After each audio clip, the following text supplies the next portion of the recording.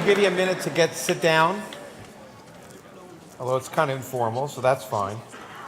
There were a lot of good questions and some pretty bad ones, but there are no bad questions. that's right. And so I apologize if we won't get to all of them, but I tried to pick some. And not surprisingly, amazingly, there were often 4 or 5 people with the same question, which is kind of interesting. So if you don't hear your version of it, it's just because I picked 1 or 2 as an example. The first question is from Patty M. You can shout out, Patty. Yay, somewhere? Okay, yay, okay, good. And the good thing about this is a question for both of us. Discuss your most memorable aha moment so that we can see if there were any similarities between Alan as an artist and Lawrence as a scientist. Now, that's a toughie, isn't it?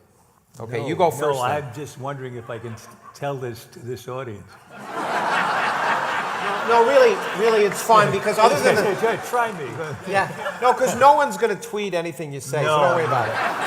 I saw 2 amazing things that were aha moments. Actually, 3 aha moments, but the 2 that really made me understand things in a way I hadn't understood before was walking in a swamp with a German scientist looking for dragonflies. And then he takes me back to his lab and he shows me a video of the male dragonfly before he mates with the female, taking her by the wing and flipping her like that.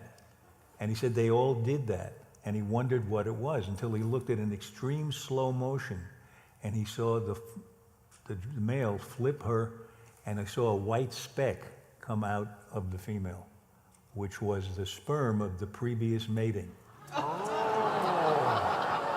So that the drive for the male's genes to be dominant, to persist, led to this behavior. Of course, he was not necessarily the last guy that day. But the other thing was just as amazing. I can't compete. I'm sorry. Hey, go on. Are you going to edit this out of the movie? No, this is. I just can't compete. Go on. The other thing was in the Galapagos. So I was sitting looking with the scientists, looking at about 200 marine iguanas. And the big alpha male was on a big rock doing push-ups, looking very impressive. I've seen that in the Galapagos. Yeah. And then behind them were about 200 females, his harem. Mm-hmm. And beyond them were these smaller males, outliers, sitting like this. They had hand-like paws, and they were sitting with their paws up on their head like this. Yeah, I've seen that. Did you see this, Ever? Yeah. Isn't this amazing? In the Galapagos. When the big guy wasn't looking, the males on the outside edges would rush in, grab a female, pick her up, and rub her bottom with their hands, which had semen in it. Oh. So this was the same attempt on the part of the sea iguanas as the dragonflies to have their genes live forever. Yeah, no, that's amazing. This that's was my such most a amazing aha moment is to listen to you say Don't you think that's an aha moment? It is an amazing aha moment. What's your aha moment? And in proof that you can never compete with sex, I'm going to give 2 that don't. But I want to give 2 because for me they represent different aspects of what it's like to be a scientist.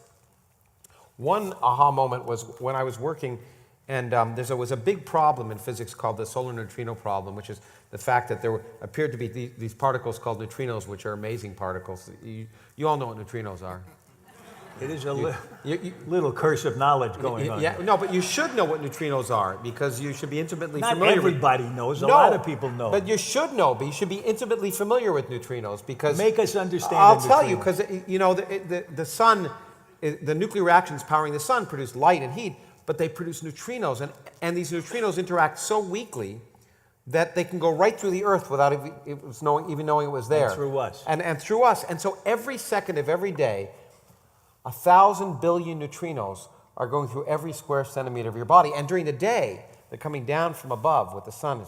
But during night, at night, just think of it, they're coming up through the Earth, up through your bed. This explains a lot. Yeah, that's right. So, exactly. So think of that tonight when you're going to sleep. Just think of that, okay? Neutrinos are fascinating. But there's a big problem. There are too few of them. We know how powerful the sun is. We know how many neutrinos should be coming out because we know the nuclear reactions, but we got the wrong answer. And it was a big problem for many years. And one day I realized, because I work on this other stuff called dark matter, that in fact, if dark matter could be captured by the sun, it would change the processes and it would solve the problem exactly. And I mean, it would literally, it was one of those rare moments. Be captured by the sun, and it would change the heating processes in the sun, and it would solve this problem. And you could solve the two biggest problems in cosmology, the solar neutrino problem at the time, and dark matter, all at the same time, to show that it had this. And I remember it was an epiphany. It was the middle of the night, and I realized this, and I felt that moment that you feel that this is the first time in history that anyone's ever understood this, and I was just so excited about it. And it was wrong. I mean, it was right. I was just going to say, that's how I felt when I thought I had the secret to how to win at the races. Yeah, exactly.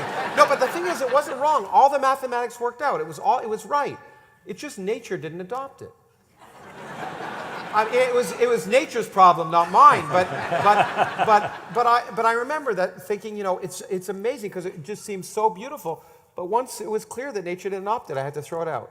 The other version of that is the other moment when I had a few years ago, a bunch of years ago, was thinking about all the data in astronomy, and with a colleague of mine who you've worked with, Mike Turner, in fact, and I realized the only way to really, it looked to me, to explain everything that was going on in cosmology was if empty space had energy. So we wrote a paper saying empty space, and we even said exactly how much there was. And you signed your names to it. And we signed our names to it. And it was crazy, because it was Einstein's cosmological constant. It was the thing that he said, the biggest mistake he ever made, the biggest blunder he ever made. We called it the cosmological constant is back. And we wrote this paper, and I mostly wrote it because it was heretical. Really what I thought was the data's wrong. And I want to show it, the only way you can explain this data is something absolutely ridiculous, so the data must be wrong. And so I went around the country giving lectures on it, and people would smile politely and then ignore it. And it turned out to be right. Now, how did you know it was right? Well, no, it wasn't me. It was these people who discovered that the effect of this dark energy, in fact, is causing the expansion of the universe to accelerate. And in fact, they won the Nobel Prize for that discovery, as well they should. And you may say, why would I say that? And I've asked myself that question. But as well they should, because when I talked about it, I didn't really believe it. It was just a crazy idea, and I threw it out. What convinced the world was not me; it was the experiments, and the experimentalists are the ones who changed everyone's mind, and that's what changed it. But in some sense, this great discovery was something I actually didn't believe. In the one case, I believed it; nature didn't have it. In the other case, I didn't believe it, and nature did. That's great. So for me, that was two different examples. Okay, but it's nothing like sex. Well, sometimes it's better than anyway. That's what somebody's definition of an intellectual is.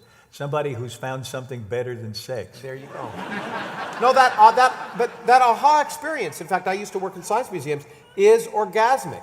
I mean, it's really, we are all built in. We all get pleasure from that aha experience. Wasn't waiting during that intermission worth it? No, really.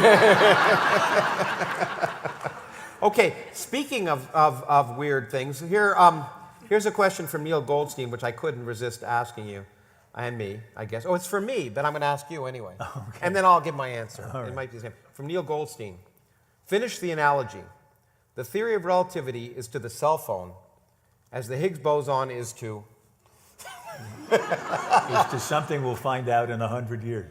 Okay, interesting. You're much more optimistic than me. My answer would be, as the Higgs boson is to, we don't have the slightest idea, well, and that's what makes it. That's what I mean. But we may never find out, but we'll just keep trying. But I think that the odds are pretty good. My guess is, and I have no way of knowing this, I'm just guessing, that basic knowledge leads to practical things eventually. You know, I'm not sure I agree. I think much basic, it leads to practical things, I think, by inspiring people. But I don't think... So tell us some basic knowledge that we got a long time ago that hasn't led to something. I'm sure there's much. Well, you know, again, let me think of cosmology, the basic fact that the universe is expanding. Yeah. Now, it's led to a practical thing because it means we have in some sense, it's led to the understanding the universe had a beginning. But the fact that the universe is expanding has itself directly not produced anything. The technology that's required to discover that, the experiments that have been built to understand that have led to an incredible amount of practical things. But the knowledge itself is just knowledge. And it's wonderful knowledge because everyone in this audience, and 100 years ago, the conventional wisdom was the universe was eternal. Yeah. And I suspect even those in this audience who think the Earth is 6,000 years old, and I hope they're none of you,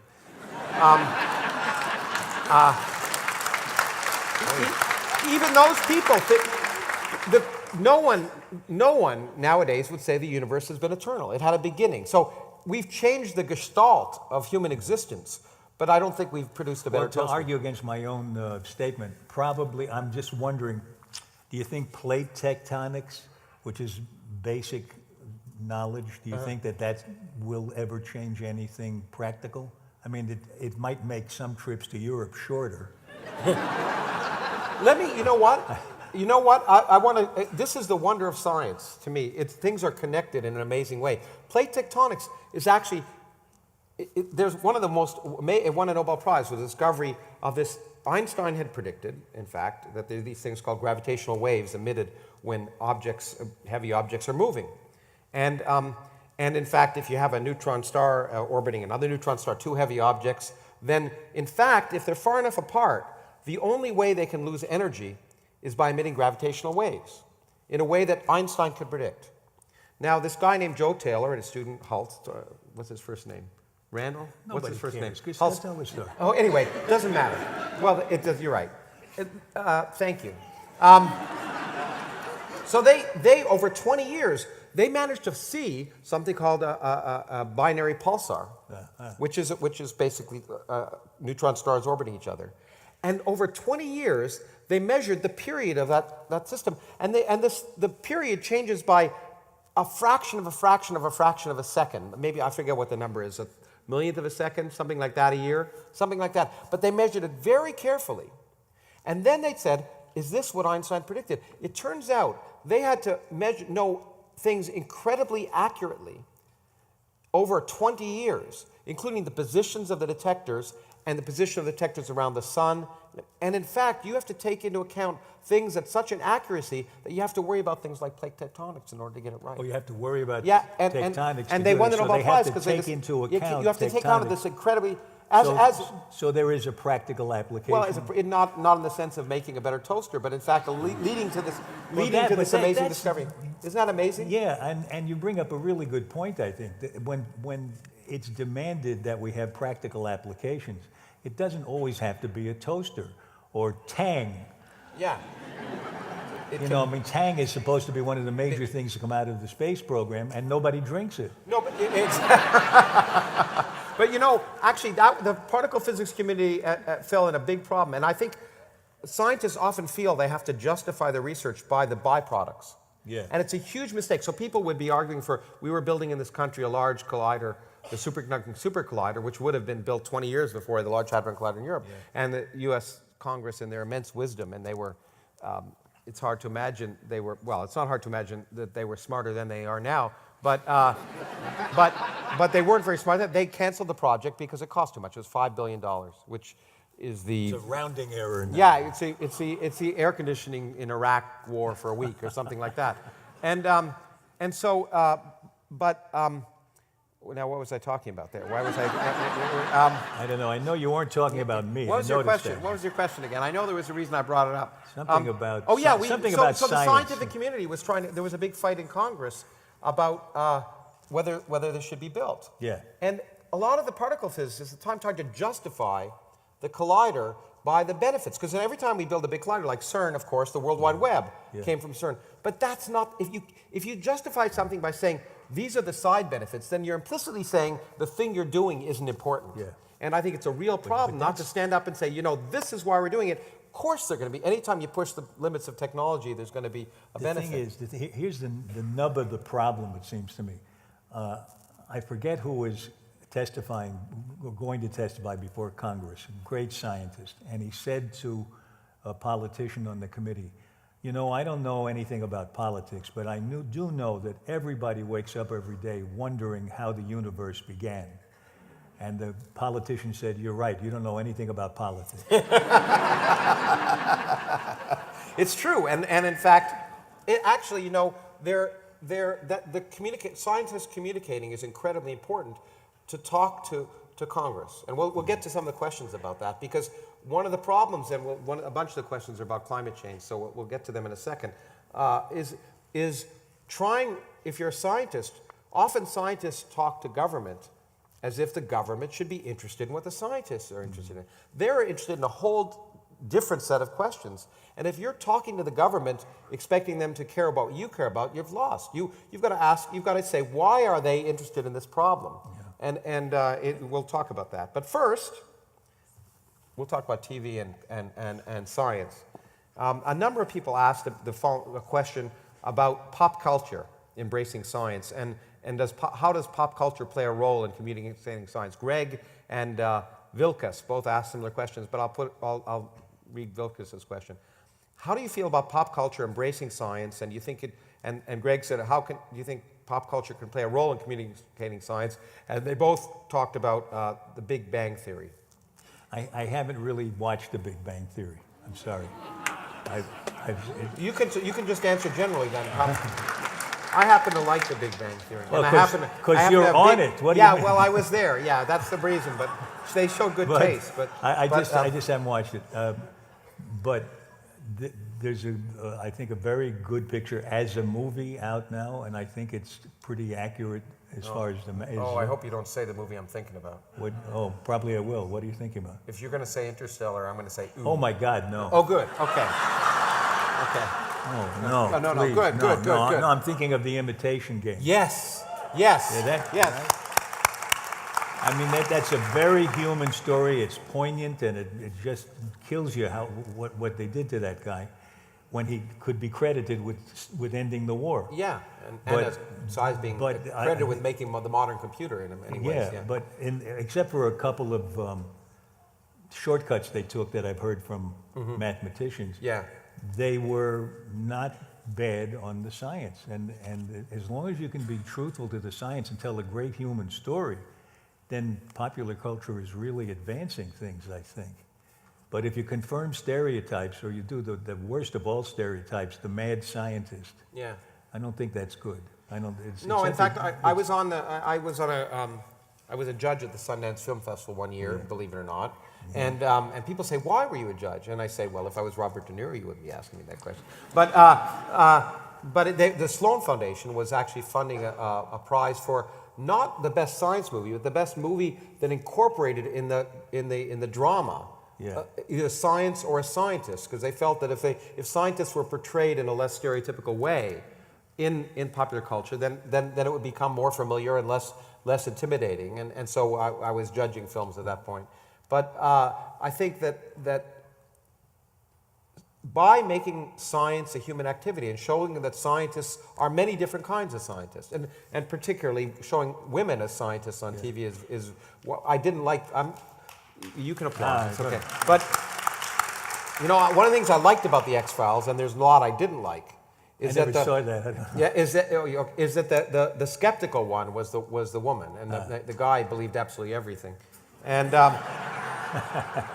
But I think I happen to like a lot of my colleagues hate the Big Bang Theory because of the fact that it has these nerdy scientists, and none of us know scientists like that.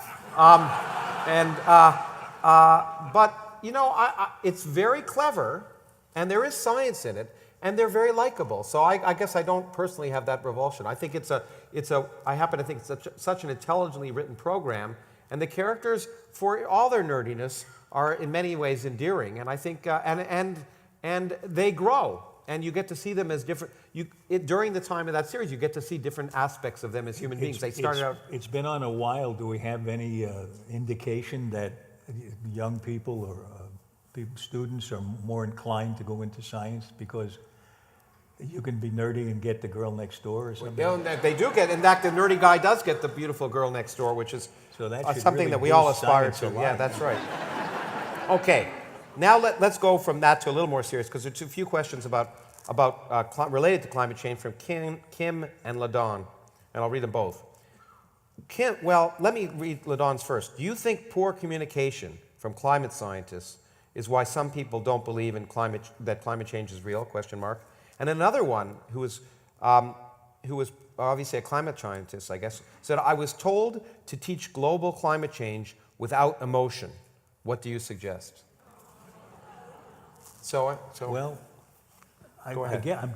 I think I understand that. Let me take the last one you said. Yeah. My impression would be that it's understandable that you want to make sure that you convince the other person you're talking to, especially if you're in a teaching situation where you're talking to students. You want them to have a grasp of the facts and not to go home and say, my teacher has this strong feeling that climate change is happening. But if you're, and I think teaching is a different situation. And when you're teaching, you really want them to know the intricacies of them. You want them to achieve a state similar to the curse of knowledge, where they understand something in all its complexity. But if you're talking to lay people and they're getting a casual appraisal from you about global warming or climate change, I think you have to communicate to them in a way that they're used to being communicated with in normal life. They have to hear stories, they have to hear personal accounts, and I think they have to trust you. They have to feel familiar with you. They can't feel that you're speaking down to them from on high, and you know, and they're these poor ignorant slobs who don't get it. That's not going to make them believe in it, or I mean accept it. I don't mean believe. We don't like to use the word believe. I avoid that, yeah. But one of the things, it's a real language problem, I think, because people who deny climate change have somehow managed to use the word skeptic to describe them. And the press calls them skeptics. Yeah. They're not skeptics, they're deniers. Yeah, I just wrote a piece saying that we should call them deniers, yeah. The thing about skeptics is scientists are professional skeptics. Yeah. They're the real skeptics, and they have attacked the science themselves the way Feynman used to. Yeah. Before they released it to the public, because not only themselves personally, but they attacked each other. That's what peer review is, and contending theories and so on, contending evidence. And they've sorted that out as much as they could. So they're skeptical before they ever get exactly. In You know, public people have this misunderstanding of science that we all get together and sort of shake hands and say, okay, this is it. You know, this is the story. I think we can sell this. Yeah. We can sell this and get money. And in fact, the way to become famous and respected is to prove your colleagues wrong. Yeah. And so what you do every day when you go into work is you try and prove your colleagues wrong. And so the fact, it's not as if it's the same is true for evolution. People seem to think scientists believe in, and quote unquote believe, and I hate to use the word, but accept evolution because somehow they like it. The point is, if someone could show it was wrong, they would become, then they'd become the most famous scientists in the world. Right. The reason it hasn't happened is because the experiments tell us it's right. And this idea of skepticism, and in fact, as I say, I wrote a piece for Slate, I guess. It said we shouldn't call them skeptics, we should call them deniers. But we were talking about this earlier in the day. The other thing they've usurped in language is this idea of uncertainty. That somehow they say, well, there's uncertainty. But the thing they don't realize is that uncertainty is the greatest asset of science. It's great. Because it's the only area of human activity where you could actually quantify what you don't know. And so when scientists quote an uncertainty, it means something. And so everything is uncertain in life. But the fact that you can say that something has a 95% likelihood actually means something. And so I think we as scientists, in fact in schools, should teach more about this notion of uncertainty, because people think you know things exactly. We don't know anything exactly. My guess is that whatever the best arguments are for an acceptance of the notions of climate change that scientists have discovered, whatever those arguments are, that's up to the scientists. But one of the things that I think is going to make a big difference in the public's accepting those facts and those arguments is if they are taught a greater understanding of how science works. Just what you just described.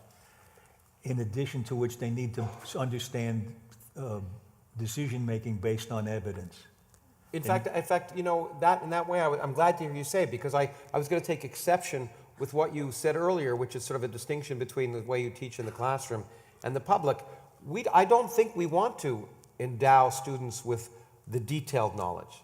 I really don't think. I don't think that's important at all, especially at a high school level. Okay. I think what we really want to teach them is how to get that knowledge, is how to distinguish fact from fancy, how to be skeptical, the scientific process. And so what we want really to do is to say, look, here's a technique by which you can ask yourself, is it reasonable that human industrial activity is changing the climate? And what are the processes by which scientists come to this conclusion, and is it reasonable? And so I think, you know, as a physicist, when I teach, I think we all do this.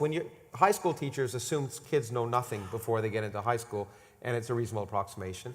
And then but when I teach physics, and I think many of my colleagues feel this way, we assume that basically they haven't learned much in high school because they've forgotten much of what they get, because that stuff isn't important. We tend to teach people, and we want to make them clones of ourselves. As physicists, we teach people, we think everyone's going to be a physicist, but most of the people aren't. What they're going to get out of your class, if it's anything, is the tools that will be useful for them later to make estimation, a way of thinking. A way of thinking, and a way of evaluating the thinking of others. Yeah, exactly. Because what good is it for the public to complain about work scientists are doing if they can't raise questions that are relevant to the work? Or if all they say is, well, that sounds crazy, then that doesn't get us anywhere. Well, it might be crazy, but you got to have the understanding of how they're arriving at their conclusions. And the tools to be able to realize it, to read critically when you read the newspapers, and you hear people deny climate change, and you have to ask yourself skeptical questions like, what do they have to gain by saying that? It's a simple question to ask. You know, is the climate scientist who's talking about the models that thousands of them have worked on their whole lives, do they have a financial benefit, incentive to say what they're saying, versus say a senator in a state which has West Virginia where coal is going to get him elected, and who's got the more incentive to talk about what's realistic? And I think that kind of skepticism is something we have to encourage. Of course, on their side, they say that scientists believe in climate change so they can get all these millions of dollars in funding. Well, and then the interesting thing is that which they don't get. The total budget of the International Panel on Climate Change is less than the advertising budget that's been used by the deniers. No kidding. Absolutely. Wow. Absolutely. You can look at the funds. Okay, anyway, let's move on.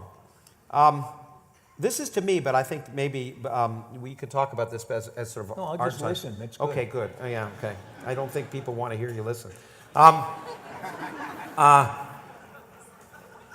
Dr. Krauss, what makes you believe that Mozart and Shakespeare were not composing and writing for the immediate commercial benefit? Oh, that's a good question. That's a good Go question. ahead. And I think the answer is, of course they were. Just like I assume you acted I didn't act for free. Yeah, you didn't act for free, okay? So necessity is the mother of invention. We have to realize that, of course, people are making a living. But you chose to act, and they chose to write and do music, I like to think, not because they thought they were going to become rich and famous, but because you loved acting. And they got personal joy from writing and the music. It's no one who does what they do well can do it. No one can spend the time rehearsing and spending their life acting or writing music or doing science or writing books if it didn't please you, because the effort is so great that if you were disinterested, you couldn't do it. So, of course, we all exist to live and eat and do the rest, but we choose how to make ourselves. If that's all we did, then being human would be no different than anything else. What makes human worth being human is the stuff we do other than the stuff that makes us eat and drink and reproduce. Anyway, that's my opinion. Okay. I'm still digesting that. Okay. Do you want to digest it any longer? No, that's fine. That's okay. good. Well, we'll see. I think we have time for maybe 2 more questions. This is the question to both of us from Mackenzie. As a poet, I often hesitate to write things I worry might not be relatable or interesting. Do you ever experience this fear in science about asking the right questions or conducting the right experiments? Any advice on conquering that fear that you're wasting people's time? I mean, that's a good question. It is a good question, Yeah. isn't it? Do you ever worry about wasting people's time with your... Absolutely not. No, I think my own feeling is that you don't know. It's presumptuous to assume that you're wasting people's time. You find out by trying. Yeah. And so empirically, you say, is this interesting? I think it's interesting, but I don't know if you're going to think it's interesting. And what you build is intuition. I think as an actor or a scientist or a communicator, you learn by trying and failing, like you do in anything, to what people are interested in and what they're not. So if you don't try, you never know. I think it may start with writers the same way it starts with a scientist. You're drawn to something out of curiosity. You see an image in your head, maybe, and you wonder what that is. What is that person doing? Who is that person? What is that scene? And you want to know more about it. And at a certain point, you may see, for instance, if you're in a dramatic piece, that you really have to make sure the audience cares about the person you're writing about. So you do have to do, but it doesn't mean that you have to start out that way. I think it would be a mistake to say, what do people want to hear from me about, and write about that. Well, let's ask about Marie Curie. I mean, did you... I wrote it because I was in love with her. Okay, so you didn't care what people thought either then? No, but then I've been working for 5 or 6 years on making sure as well as I can that they care about her struggle to survive and what she's chosen to do. So so basically what you try and do as an artist or a writer is if you think it's interesting, you try to find reasons to make others think it's interesting too. And you do your best job as possible. If I feel that, unless it's obvious that they're interested already. But the thing that makes it original is that you found something that people may not be so familiar with. Yeah. And you want to share it with them, so you've got to find a way that they'll find it an appetizing meal. So to the advice I would give to Mackenzie is advice I heard Richard Feynman once gave, which is, damn the torpedoes, full speed ahead. Someone else said that too, I think, but I remember. What did that mean, by the way, damn the torpedo? Who had the torpedoes? The other guy? Yeah, the other guy. Oh, okay. Okay, yeah. Just don't care. March ahead. Keep going. I thought it was something like, Captain, the torpedoes aren't working. You never know. I mean, you got to ask these questions. Yeah, that's true. Exactly. There's a good skepticism. Good. Well, I think the last question I'm going to give to you, Alan, which is from Charlie, and I think what was the best answer you have ever seen to a flame challenge question? Oh, well, boy, the winning answers have been so good. The first one, I think it was because it was the first one. It was so thrilling that somebody had come up with something so great, and each one after that has been wonderful. But the first one was, what is a flame? And this doctoral student who was American but studying in Austria was sick and tired of having to repair his equipment. I think he was studying physics, light physics, I think. And he said to his boss, I'm sick and tired of this. I'm going to enter this contest. I only have 2 weeks, and I'm going to go back to my house and work on this for 2 weeks. And he went home and he told his wife and children, you won't see me for 2 weeks. I'm in the basement. He wrote a 7-minute video, animated it himself, wrote a song, played the music, sang the song, and played the characters in the thing. And it's so fun. It's so charming. And it shows you in 7 minutes so much about what a flame is that Michael Faraday, who took 9 one-hour lectures, didn't come close to the vividness of this, the engagement that this has. I'm sure he explained it in more detail. Can you see it is it available to see? You can go look at it at flamechallenge.org. Not only that, but all the other winners who were extraordinary. Each one comes in at a different angle, different versions. That one is a big, elaborate cartoon. A couple of them are so charming. One of them is just a guy talking to the audience. He said, and he's talking to the kids in the classroom. That's what is time.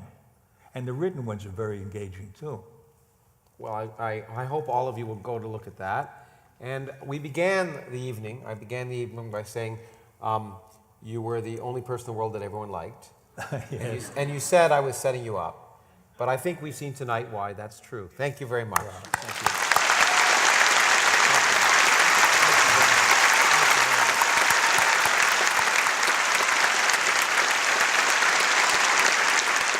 Thank you.